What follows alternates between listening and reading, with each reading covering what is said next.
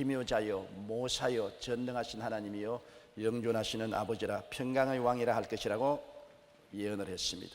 이 예언의 말씀 중 너무나 놀라운 것은 한 아기 한 아들이 우리에게 태어났는데 그가 바로 만왕의 왕 만주의 주 하나님이시라는 것입니다.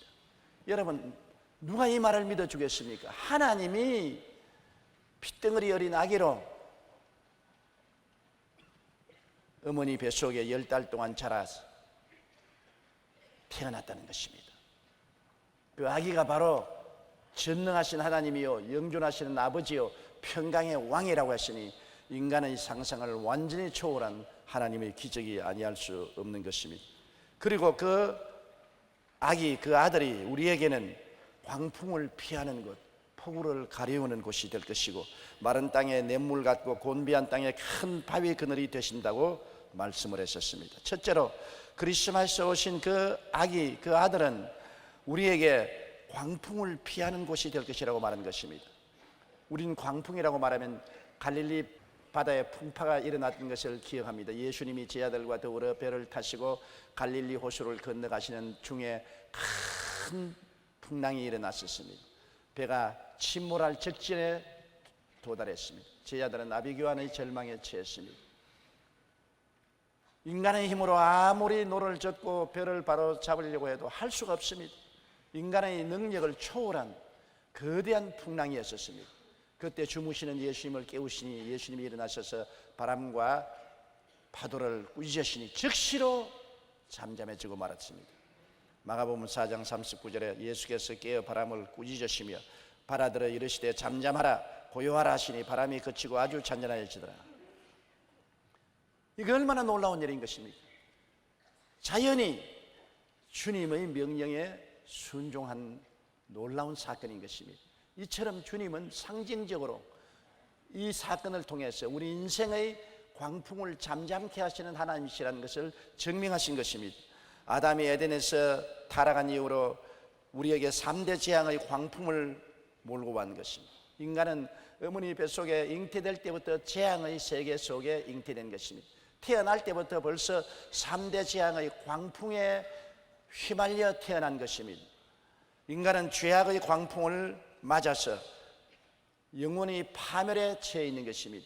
모든 사람은 죄 중에 잉태되고 죄 중에서 태어나고 이 세상에 태어나서 사는 동안에 죄를 짓고 불의하고 추악한 인생으로 살고 있는 것입니다. 죄악의 광풍에 휘몰라져 모든 영혼이 하나님을 반역하고 결국 지옥으로 떨어질 수밖에 없습니다.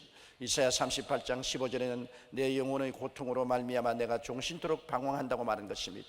죄악의 광풍이 영혼들을 파멸시키고 있는 것입니다. 누가 이 죄악의 광풍에서 우리를 해방시켜 줄 수 있겠습니까?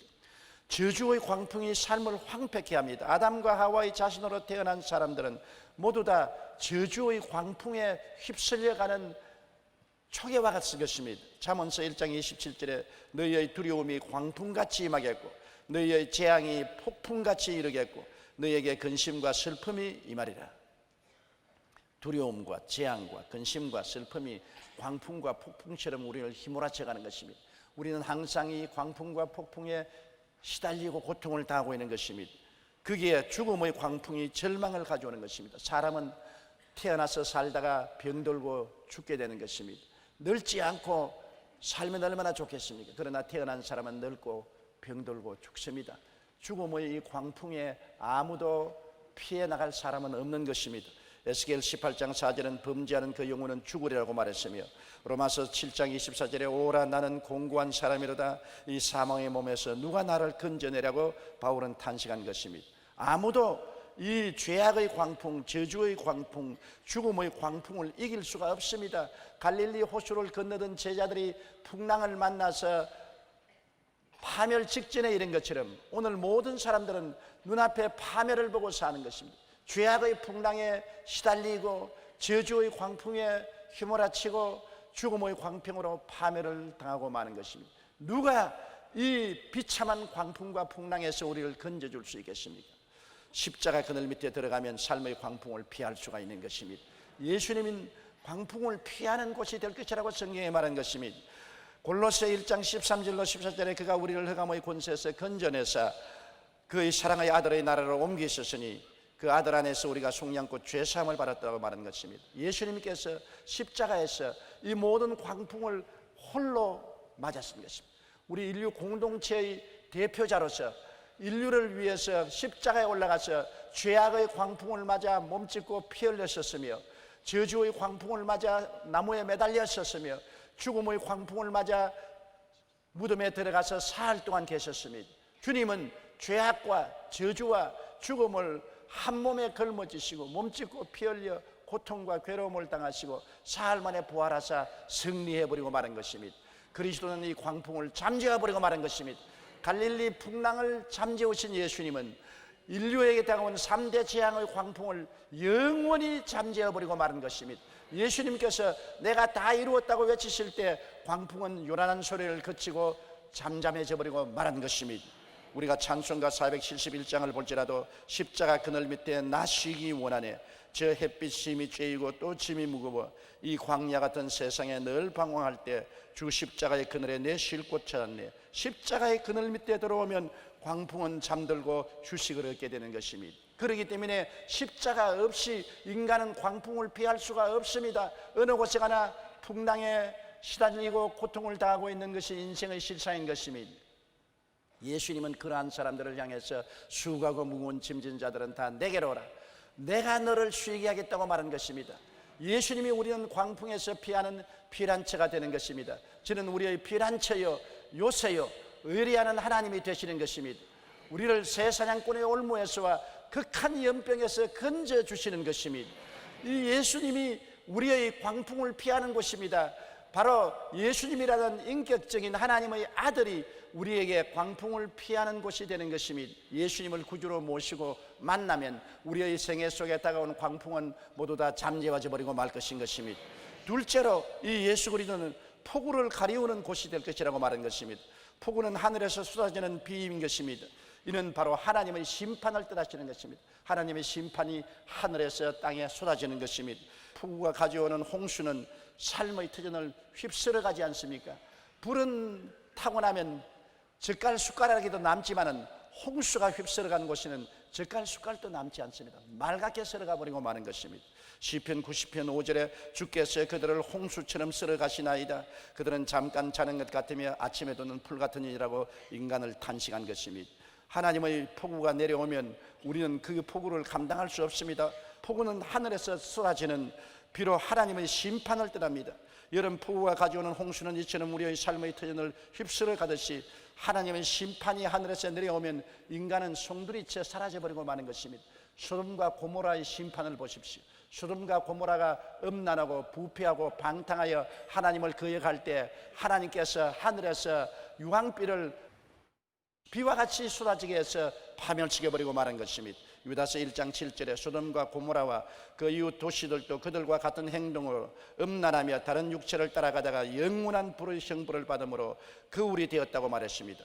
베드로 후서 2장 6절에도 소돔과 고모라 성을 멸망하기로 정하사 죄가 되게 하사 후세에 경건하지 아니한 자들에게 본을 삼으셨다고 말한 것입니다. 하늘에서 쏟아지는 하나님의 심판의 불이 소돔과 고모라를 멸한 것처럼 이는 장차 다가올 하나님의 영원의 심판을 상징하는 것입니다.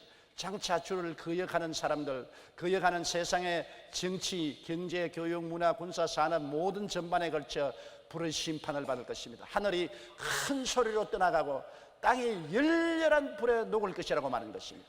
오직 주를 경외하고 믿는 사람들을 위해서는 의의 거하는 새 하늘과 새 땅이 예비되어 있다고 말하는 것입니다. 낡은 하늘, 낡은 땅 위에서 하나님을 반역하고 거역하고 사는 사람들은 폭우가 내려오듯이 하나님의 심판의 불이 내려와서 이 땅은 모두 다 파멸되고 말 것인 것입니다. 땅에 사는 모든 사람들은 초계와 같이 불타고 말 것인 것입니다.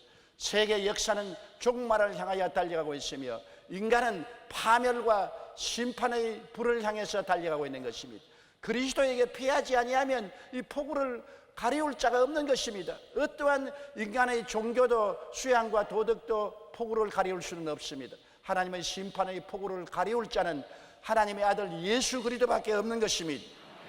옛날 말에도 순천자는 흥하고 역천자는 망한다는 역사적 교훈이 있습니다. 하나님을 거역한 남북 이스라엘이나 독일이나 일본이나 구소련이나 북한의 심판을 우리는 눈에 보고 있는 것입니다.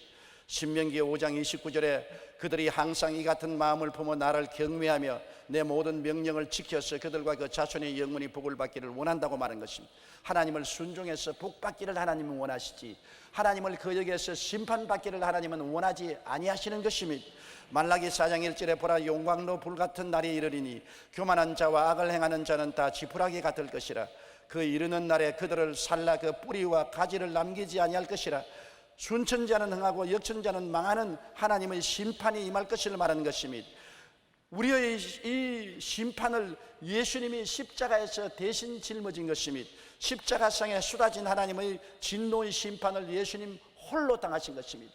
우리 온 인류에게 쏟아지는 하나님의 분노가 예수 그리스도 인류의 공동체의 대표로 십자가에 매달린 그리스도에게 임하신 것입니다. 하나님은 인정사정 없이 예수 그리스도를 심판하는 것입니다. 처절한 하나님의 분노와 심판을 당한 예수님은 하나님이여 하나님이여 어찌하여 나를 버리셨나이까 몸부림을 치셨습니다.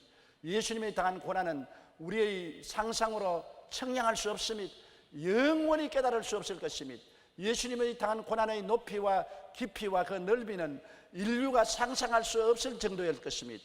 그를 통해서 주님은 하나님이 쏟아지는 심판의 폭우를 다 담당하셨습니다. 이제 예수님은 우리를 가리우는 큰 우산이 되셔서 예수님 안에 들어가면 하나님의 심판의 폭우는 가리워지고 마는 것입니다. 그러나 예수 밖에 있는 사람은 하나님의 심판의 폭우를 피할 수가 없습니다. 반드시 다가오는 것입니다. 이 땅에 살 동안에도 다가오지만은 마지막 날에 하나님 앞에서 이 다가오는 심판을 어떠한 사람도 피할 수 없는 것입니다. 하나님의 심판은 마지막 지옥의 불구덩이 가운데 쏟아지는 불길같이 임하게 될 것입니다. 이사야 53장 4절에 예수님이 십자가에서 실로 우리의 질고를 지고 우리의 슬픔을 당하였거늘 우리는 생하기를 그는 징벌을 받아 하나님께 맞으며 고난을 당한다고 하였다고 말한 것입니다. 5절에 보면 그가 찔리면 우리 허물을 인하며 그가 상하면 우리 죄악을 인하미라. 그가 징계를 받음으로 우리가 평화를 누리고 그가 채찍에 맞음으로 우리가 나음을 입었다고 말씀하고 있는 것입니다. 우리는 다 양같이 걸어가여 각기 제 길로 갔거늘 야훼께서는 우리 무리의 죄악을 그에게 담당시켰다고 말씀하신 것입니다. 하나님의 폭우가 쏟아질 때 예수님은 우리 대신해서 이 모든 것을 다 담당하시고 이를 다 잠재우고 말하신 것입니다. 십자가 밑에 나와야 심판의 폭우를 피할 수가 있는 것입니다. 십자가 이외에는 우리가 피할 곳이 없습니다. 십자가는 하나님의 피난처가 되시는 것입니다. 십자가야말로 우리의 피난처요, 우리의 요새요, 우리의 의리하는 처소가 될 수가 있는 것입니다. 십자가 복음만이 우리에게 영원한 안식과 피난처와 희망과 기쁨이 될 수 있는 것입니다. 요한복음 3장 11절에 하나님이 그 아들을 세상에 보내신 것은 세상을 심판하려 하심이 아니요 그로 말미암아 세상이 구원을 받게 하려 하심이라. 십자가 밑에 들어와서 구원받기를 하나님은 원하셔서 예수님을 보내신 것입니다. 예수께서 얼마나 철저히 우리 죄를 다 담당하셨던지 우리는 죄가 없는 의로운 사람이 되고 하나님처럼 의롭게 될 것이라고 말한 것입니다. 예수님은 우리의 죄를 지금 용서한 것이 아니라 영원히 처치해버리고 말한 것입니다.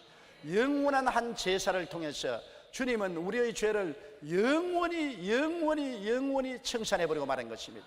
그리스도 안에서는 우리의 죄가 영원히 용서를 받고 영원히 의롭다함을 얻고 영원히 하나님의 영광에 참여할 수 있는 영원한 의를 선물로 받았으니 상상을 초월한 하나님의 은혜인 것입니다.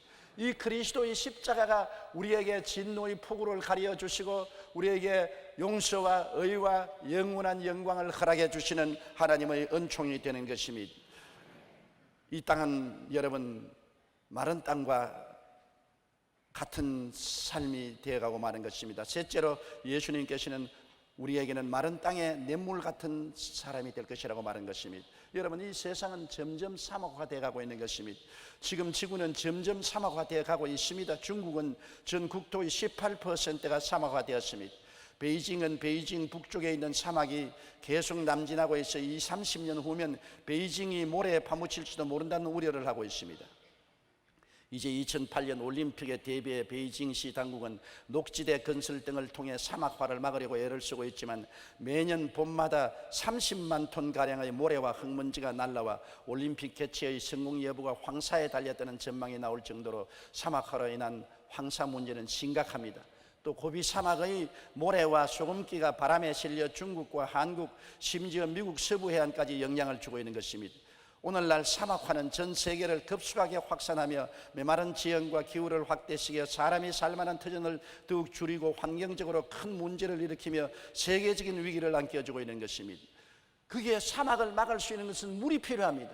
물이 없으면 점점 세계는 사막화되고 삶의 터전은 상실되어 가는 것입니다. 그런데 이 물이 지구상에서 점점 사라져가고 있다는 것입니다. 오늘날 전쟁이나 에이즈보다 더 무서운 것이 바로 물 부족 재앙인 것입니다. 유엔 개발 계획은 세계 인구 6명 중 1명이 깨끗한 물을 공급받지 못하고 있으며 21세기에 전쟁이 일어난다면 물로 인하여 일어날 것이라고 경고하고 있는 것입니다. 이 세상은 이처럼 사막화되어가고 사막화를 막을 수 있는 물이 없는 것입니다. 바로 인간 삶을 상징적으로 보아주는 것입니다. 주님께서는 인간의 삶이 사막화되는 것은 마른 땅이 되어가고 있는 겁니다. 우리의 생활 전반이 점점 마른 땅이 되어가고 있는 것입니다. 사막화되어가는 인심, 위로가 없는 인심이 되어가고 있는 것입니다. 디모데후서 3장 1절로 5절에 너는 이것을 알라. 말세에 고통하는 때가 이르러 사람들이 자기를 사랑하며 돈을 사랑하며 자랑하며 교만하며 비방하며 부모를 거역하며 감사하지 아니하며 거룩하지 아니하며 무정하며 원통함을 풀지 아니하며 모함하며 절제하지 못하며 사나우며 선한 것을 좋아하지 아니하며 배신하며 조급하며 자만하며 쾌락을 사랑하기를 하나님 사랑하는 것보다 더하며 경건의 모양은 있으나 경건의 능력은 부인하는 이 같은 자들에게서 내가 돌아서라고 말하고 있는 것입니다. 사람들의 마음이 사막화되어 가는 것입니다. 사람은 심령이 목말라 있습니다만 그 목마름을 죽일 도리가 없습니다. 지구상에 사는 모든 사람들이 마음이 사막화되어 가고 강팍하고 무서워지고 있는 것입니다. 요사이는 아무도 믿을 수가 없는 시대에 살고 있는 것입니다. 누가 갑자기 강도로 변하고 살인자로 변하고 사기꾼으로 변할지 알 수 없는 시대에 살고 있는 것입니다. 그렇게 마음이 사막화되어 가는 이 마음을 누가 죽여줄 수 있습니까? 예수님께서 말씀하기를 목마른 자는 내게로 와서 마시라고 말한 것입니다. 요한복음 4장 14절에 내가 주는 물을 마시는 자는 영원히 목마르지 아니하리니 내가 주는 물은 그 속에서 영생하도록 솟아나는 샘물이 되리라고 말씀하신 것입니다.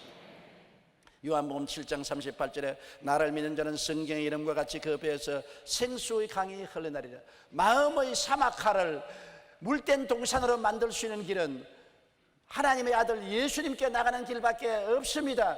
예수님이 마음속에 들어오면 원튼 원치 않던 생물의 근원이 되어서 우리의 사막화되는 마음을 죽여주고 우리 마음속에 변화를 갖다 주는 것입니다. 어떠한 것으로도 우리를 변화시킬 수가 없습니다. 문학 작품으로 우리 마음을 변화시키지 못합니다. 영화를 가지고 음악을 가지고 댄스를 가지고 우리 마음을 변화시키지 못합니다. 오늘날 예술도 점점 사악한 세상을 반영하는 예술이 되어가고 있는 것입니다. 우리의 마음속에 생수의 강이 넘치게 할 수 있는 길은 예수 그리스도 하나님의 아들을 모시는 길밖에 없습니다. 그는 마른 땅의 샘물 같을 것이라고 말한 것입니다. 내 마음이 말라 빠지고 살 희망이 없어지고 기쁨도 사라지고 소망도 사라지고 처절한 좌절과 절망이 있을 때 그리스도를 구주로 모시고 그 앞에 무릎을 꿇으면 서서히 그 마른 땅에 물이 솟아오르기 시작하고 마른 땅이 물된 동산과 같이 변화되어서 치료가 나타나게 되는 것입니다. 너희 목마른 자들아 물로 나오라. 돈 없이 값없이 와서 포도주와 젖을 사라. 그와 같이 주님은 우리를 오늘날 초청하고 계신 것입니다. 하나님의 아들 예수님께서 우리의 인생에 이와 같이 문제의 해답이 되시는 것을 우리가 알아야 되는 것입니다. 넷째, 크리스마스에 다가온 그 아들, 그 어린이는 곤비한 땅에 큰 바위 그늘 같을 것이라고 말한 것입니다. 사막에서 방황하는 사람은 바위 그늘이 생명의 저수가 됩니다. 사막에는 나무가 없지 않습니까? 햇빛이 내려 쪼입니다. 엄청나게 햇빛이 내려 쪼임으로 사막에 있는 사람들은 수분이 증발돼서 메말라 죽어가는 것입니다. 전쟁 때 사막에서 길을 잃는 군인들이 메말라서 미라같이 되어 죽은 사건이 기록이 난 것을 종종 보았습니다. 사막에는 나무 그늘이 없습니다. 햇빛이 내려 쪼이고 땅은 화로와 같이 활활 타오릅니다. 그곳에 바위가 있으면 바위 그늘 밑에 들어가면 적시로 시원합니다. 습기가 없는 곳이기 때문에 바위 그늘에 들어가면 내려 쪼이는 태양이 그냥 사라지고 그렇게 서늘하고 좋을 수가 없습니다. 또 바위 그늘이 있으면 그 밑에 바위 틈 사이에서 물도 솟아나올 수도 있고 바위 그늘 속에 불도 나고 있는 것입니다. 그러므로 마른 땅에서, 곤비한 땅에서 바위 그늘을 찾는다는 것은 생명을 얻을 수가 있는 것입니다. 오늘날 이 세상에 사는 우리의 삶이 곤비한 땅에서 허덕이는 것입니다. 성경은 말하기를 소년이라도 넘어지며 자빠지며 장정이라도 쓰러진다고 말한 것입니다. 살인, 강도, 강간, 비인간적인 행동, 가정 파탄, 자살, 이러한 것이 비일비재하게 일어나고 있는 것입니다. 우리의 신문이나 라디오나 텔레비에 뉴스에 보면 이러한 사건은 이제 너무나 빈번하게 일어나기 때문에 우리가 별로 관심을 기울이지 않을 정도로 곤비한 인생길이 되고 말한 것입니다. 요한일서 2장 16절에 보면 이는 세상에 있는 모든 것이 육신의 정욕과 안목의 정욕과 이생의 자랑이니 다 아버지께로부터 온 것이 아니요 세상으로부터 온 것이라고 말한 것입니다. 세상에 탐욕과 정욕이 있는 이상은 사람들은 비인간화되고 악마화되는 것입니다. 욕심이 잉태하면 죄를 낳게 되는 것입니다. 욕심이 정상적으로 욕심을 채울 수 없기 때문에 삐뚤어진 것이 바로 죄인 것입니다. 죄가 장성하면 사망을 낳습니다. 죄가 자라면 어떠한 어려운 무서운 일도 행하게 되기 때문인 것입니다. 탐욕이 들어오면 자식도 강도로 변하고 살인자로 변하고 남편과 아내도 보험금 들어놓고 남편 죽이고 아내 죽이는 이런 시대에 우리가 살고 있는 것입니다. 그러므로 얼마나 세상이 곤비한지 아무도 믿을 수가 없습니다. 이것이 오늘 우리들의 모습인 것입니다. 세월이 흐를수록 세상은 살인, 강도, 강간뿐 아니라 심지어 이렇게 자식이 부모를 살해하는 일이 일어날 정도로 인간은 악해지고 있는 것입니다. 이러한 상황을 무엇으로 변화시킬 수 있는 것입니까? 예수님 십자가 밑에 들어오면 새 힘을 얻습니다. 곤비한 땅에 바위 그늘 같아서 예수님께 달려 들어오면 쉼을 얻게 되고 변화가 다가오게 되는 것입니다. 다른 박지라도 피곤치 않고 걸어가도 곤비치 않을 것이라고 성경은 말하고 있는 것입니다. 이사야 40장 31절에 오직 야훼를 앙망하는 자는 새 힘을 얻으리니 독수리가 날개치며 올라감 같을 것이요 다른 박지라 해도 곤비치 아니하겠고 걸어가도 피곤치 아니하리로다. 세상의 삶이 얼마나 어렵습니까? 다른 박질 찌며 숨이 턱에 닿도록 뛰어야 사는 것입니다. 그러므로 사람들이 곤비해지지요, 피곤해지지요. 그래도 주님을 앙망하면 새 힘이 자꾸 솟아 올라오르고 새 힘이 주어져서 독수리가 날개치며 올라갈 같이 새로워지고 또 새로워지고 새로워진다는 것입니다. 우리는 새로워져야 되는 것입니다. 어제의 힘을 가지고 오늘 살 수 없고 오늘 힘을 가지고 내일 살 수가 없는 것입니다. 매일같이 새로운 생기를 받아야 되는 것입니다. 이 생기가 어디서 옵니까? 예수를 구주로 모시면 죽었다가 부활하신 그리스도께서 새로운 생기를 부어넣어 주어서 날개치고 올라가는 독수리같이 우리를 새롭게 만들어주는 것입니다. 골로새 1장 11절에 그 영광의 힘을 따라 모든 능력으로 능하게 하시며 기쁨으로 모든 견딤과 오래 참음에 이르게 한다고 말씀한 것입니다. 솔제니치는 구소련의 작가로서 당시 체제를 강력히 비판하다가 반역자로 몰려 수용소로 끌려갔습니다. 그는 시베리아 감옥에서 특별 범죄자로 구분되어 인간 이하의 취급을 받고 강제 노역을 했습니다. 그리고 그는 설상가상으로 암에 걸렸습니다. 그 혹독한 고역을 하고 비위생적인 감옥에 있으면서 암까지 걸렸으니 그는 살 희망을 잃어버렸었습니다. 좌절했습니다. 그러던 어느 날 그의 정신력과 신념을 모두 잃어버리고 인생이 탈진할 정도로 고생하는 솔제니치에게 한 사람이 다가오더니만 그 사람은 아무 말도 안 하고 솔제니치를 가만히 보더니만 감옥 밖에서 십자가를 발로서 그랬습니다.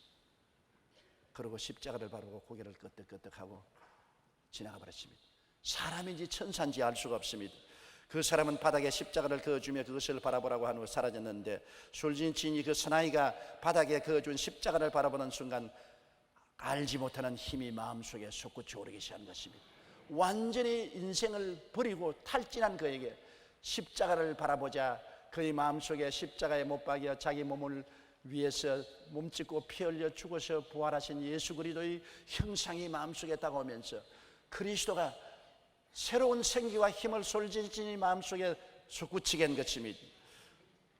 그는 그 암에서 나았습니다. 십자가를 생각하고 그리스도를 의지하고 성경을 읽고 묵상하다가 암에서 고침을 받고 새 힘을 얻고 그는 시베리아에서 추방되었습니다. 그래서 그는 미국으로 건너와서 이반 데소노비치의 하루라는 소설로 당시 공산주의 사회를 비인간적인 생활을 폭로했고 그는 노벨 문학상까지 탄 것입니다. 곤비한 땅에서 우리는 큰 바위 그늘인 예수님 십자가 밑에 들어오면 새 힘을 얻게 되는 것입니다.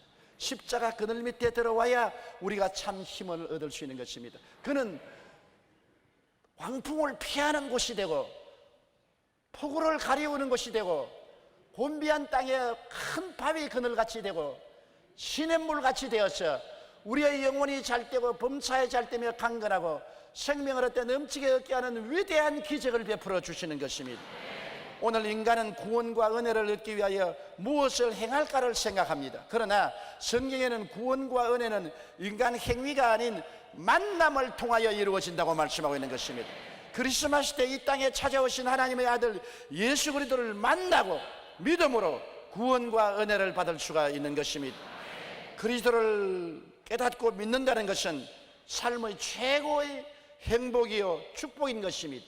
오늘 우리가 마음문을 활짝 열고 사람이 되어서 사람으로 오신 예수님, 우리 사람과 공동체가 되어서 우리의 모든 죄악을 짊어지시고 저주를 담당하시고 질병을 청산하시고 죽음을 이기신 그분은 우리에게 광풍을 피하는 피난처가 되시고 폭우를 가리우는 우산이 되어 주시고 마른 땅에 냇물같이 되어 주시옵시고 곤비한 땅에 바위 그늘같이 되어 주시는 것입니다.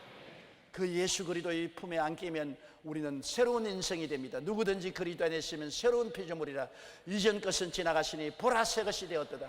우리가 인생의 새로움을 맛보고 체험하고 새로움 속에 살기를 원한다면 예수님을 만나야 되는 것입니다. 예수님 밖에는 우리를 새롭게 할 리가 없는 것입니다. 예수님을 통하지 않고는 하나님의 축복과 호의를 얻을 수가 없는 것입니다. 하나님은 그리스도를 통해서 하늘문을 열어 제껴놓고 오늘 우리로 하여금 하나님 앞으로 다 나와서 하나님의 예비한 은총과 복을 누리게 되시기를 간구하고 계신 것입니다. 고개 숙여 기도드리겠습니다. 전능하신 하나님 아버지, 크리스마스 때 하나님 아들 예수님을 우리와 같은 사람으로 보내주셔서 인류 공동체의 대표가 되게 하시고 나를 위해서 내가 대신해서 십자가를 걸머져 주신 것을 감사합니다. 주님께서 십자가에서 몸짓고 피 흘려 죽었다가 3일 만에 부활하심으로 말미암아 주님이시여 광풍을 잠재워 버렸었습니다. 폭우를 가리워 버렸었습니다. 마른 땅에 냇물이 솟아오르게 했었습니다. 곤비한 땅에 큰 바위 그늘이 되어 주셨습니다. 예수밖에는 귀한 분이 없습니다. 예수님 이외에 의지할 곳이 없습니다. 예수님 이외에 살 길이 없습니다. 예수님 이외에 생수가 없습니다. 예수님 이외에 행복이 없습니다. 예수님 이외에 축복받을 곳이 없습니다. 예수님 이외에 천국 갈 길이 없습니다. 하나님 아버지, 예수님을 크리스마스에 보내주신 하나님 감사하고 감사합니다. 우리는 예수님을 모시고 예수님과 더불어 살고 예수님 안에서 항상 영광을 아버지께 돌리며 살게 도와주시옵소서. 예수님 이름으로 기도드리옵나이다. 아멘. 잠시